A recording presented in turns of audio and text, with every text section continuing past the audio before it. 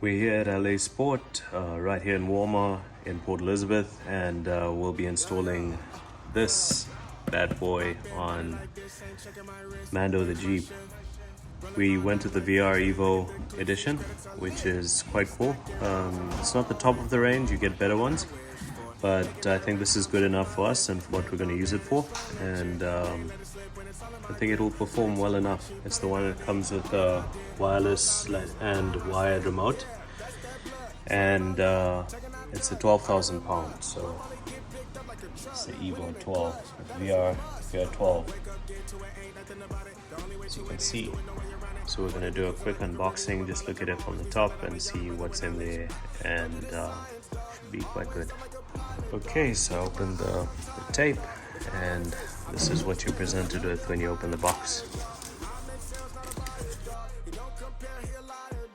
The instruction manuals over here. Hopefully there's some stickers in there for the car. I like my stickers. We've got the winch, brand new in the box, sealed. It's got these nice memory foams on the side here. I believe one of these is the remote, as you'll see later in this video. One is the fair lead with some other things, and one has the hook and the bolts. Okay, so as you can see over here, this is the fair lead, and it's quite a nice one. I'm actually quite impressed. The stickers are stuck nice and straight. You get some brands where the stickers aren't so straight. Over here you see the remote and the extension. This is a wired and a wireless option. I like that it has the wireless option out the box, which is quite cool. So if your remote is charged, then you can just go full wireless on the functionality, and if it's flat, you can actually plug it in and use the wired option. It's got a red light for the wired, it's got a blue light for wireless. So you just pull that strap out and the battery will make contact and the remote comes on. And over there is a negative wire that's right at the bottom. Over here in the last box is the bolts and the hook. So with that being said, let's get into the install. This is not an installation video or tutorial video. Once again, look at that remote. It looks very nice and it's pretty sturdy, solid. I think it will last on the trail. This is not an installation video. This is more or less just me taking you along for the journey of putting this winch in, and I'm quite excited. It's not the top of the range, as I said, but it's good enough for our application and my specific vehicle, and I'm happy with what I can get. I'm grateful. So let's get into the install. I have always wanted to get a Warn winch, and I've got a lot of small RC scale replicas of this. And obviously this is the Evo. It's not as high-end as the Xeon, but I'm still happy. I think this is much better than any of the winches I've had, so I'm grateful. I started saving up for it from the time I got my Rival Bumper, and as you can see, there's this space here.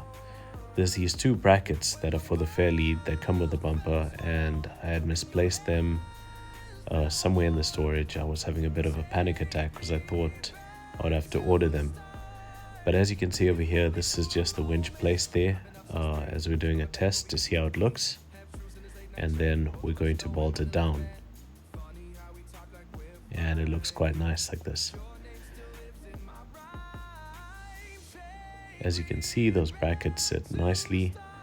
Inside there in the winch, you can see the nuts slot into those spaces over there, and basically you bolt it in from the bottom and you torque them down. The torque settings are in the instruction manual to install it, so it's pretty much straightforward and it's not too hard of a job if you know what you're doing.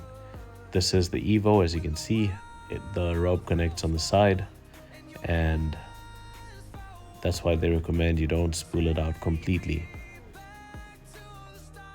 Now the next step over here, we're connecting the negative wire, and it sits right at the back there. I'll get you a nice view of the bolt. There we go. The negative wire or the grounding cable connects onto that bolt at the back there, and it connects to the negative terminal. We've passed the wires through the front grille, through a slot over there, and through the side, and there's space for them to come out. Cable tied them down to the pipes, and here we are at the battery. One thing we're going to do is install an isolator switch. So you can see a bracket that we made from aluminium. And it's so important because when you're not using the winch, you don't want any accidents, especially with a very strong winch. Now, with that being installed, it's time for tests. So we're doing a wired test first. As you can see, it's working. And the winch is actually pulling in very well. This is with the wire connected to the winch and the remote. As you can see, it shows a red light. Now we're going to switch to wireless. And it shows a blue light if you look closely. And it's also working really well. So the next step is to actually put the fair lead on, and it's such a nice look. It's got a nice finish. We had to mount this bracket for the number plate that folds up because there's no other spot on this vehicle to actually fit it. And this leads us to the last step. So for the last step, the manual actually recommends that you spool out completely, take the whole synthetic rope out, and then allow it to wind up under tension. So at least 1,000 kilograms of tension as it's going in, if I have my figures correct, but double check that with the manual. We just put the winch rope around that tree, and we're not worried about tree savers over here because we're not putting too much force on it. But pretty much we're doing that job right now, just spooling the winch in, and we're doing that under a bit of tension so that it winds up nicely, and we just check that box. But a big thank you to LA Sport for doing this install and for giving me a really good deal on this winch. I must say I'm grateful for my first 12,000 pound winch, and this is one of those things that I'm actually going to commit to looking after, because after I get done or get bored of this vehicle and I want to upgrade, I can just move this winch over to the next vehicle.